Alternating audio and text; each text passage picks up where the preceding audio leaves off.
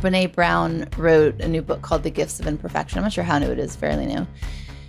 And she said that when we love and accept ourselves, we can be vulnerable and tell our stories, expose our imperfections to others, which forms deeply meaningful versus superficial connections that fulfill us.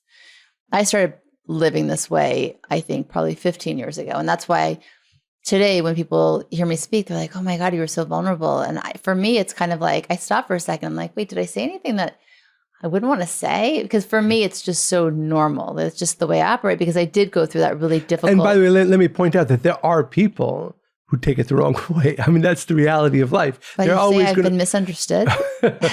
Of course, we're all misunderstood to some degree. The question is the percentages and who do you choose to give your thoughts to? But the reality, of course, is, and I've seen this, whether with myself or people that are really important, significant to me, where my view of them was never that they were perfect, but I have often seen people take that part of them that was not perfect, or at least in the eyes of others might not be perfect or vulnerable, and see it as a negative and judge them as a negative. And I think the point of this podcast, we're not going to change the way other people see us. The most important thing is how we see ourselves. And the idea is that, yes, to be the best version of yourself, that includes what others might, or even you might perceive as imperfections, but that they are actually what makes you the perfect, right? So perfect means as you are. Yeah, I've just gotten to a point where, I think I'm just giving people more information and probably content to judge me if they wanted to. But this is the thing.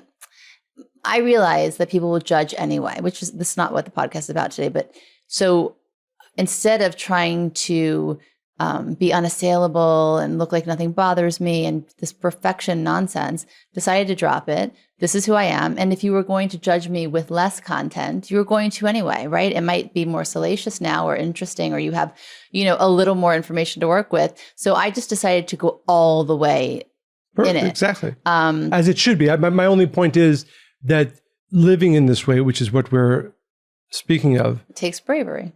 It takes both bravery, courage, the acceptance that there are people who are going to use that as a way to judge us, which is fine, right? But I'd rather them use something that in me sharing it is actually helping the people that want to be helped. Absolutely. And is freeing for me than them making up lies. Absolutely. The point is this: if somebody wants to judge you, will find ways to do it and to spread it. It's just that's the reality.